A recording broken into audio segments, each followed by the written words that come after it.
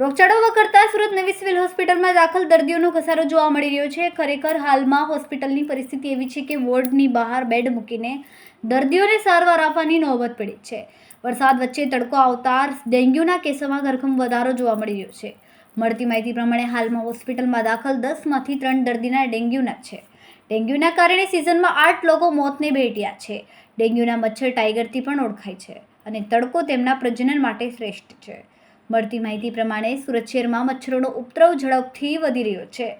સુરત નવી સિવિલ હોસ્પિટલમાં દર્દીની લાઈનો લાગી છે। દર્દીઓને દાખલ કરવાની નોબત આવી રહી છે, ત્યારે કિડની હોસ્પિટલમાં 5મા માળના વોર્ડ નંબર 5A માં દાખલ દર્દીઓનો ઘસારો વધી રહ્યો છે, જેના પગલે તમામ દર્દીઓને સારવાર મળી રહે તે માટે વોર્ડની બહાર બેડ મૂકીને દર્દીઓની સારવાર કરવામાં આવી રહી છે।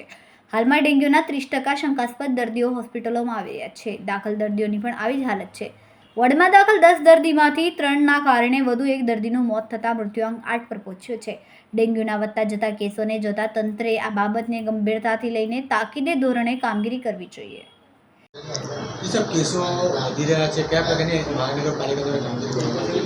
સુરત મહાનગરપાલિકા દ્વારા ચાલુ વર્ષે ચોમાસું જ્યારથી ચાલુ થયું ત્યારથી અત્યાર સુધી કોઈ પણ દિવસ રજા આપ્યા વગર સતત કામગીરી ચાલુ છે।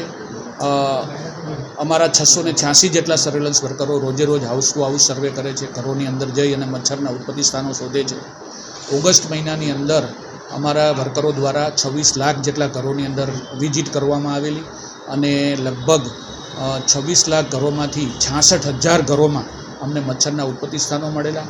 સપ્ટેમ્બર મહિનાની વાત કરું તો અત્યાર સુધીમાં અમારા દ્વારા 12 લાખ કરતાં વધારે ઘરોની અંદર સર્વે કરવામાં આવેલું છે અને એમાંથી 4,500 જેટલા મચ્છરોના ઉત્પત્તિ સ્થાનો મળ્યા છે।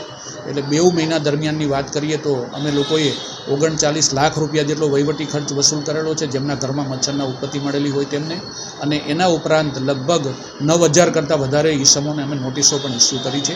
અને આ કામગીરી સતત જ્યારથી ચોમાસું ચાલુ થયું ત્યારથી અત્યાર સુધી ચાલુ છે।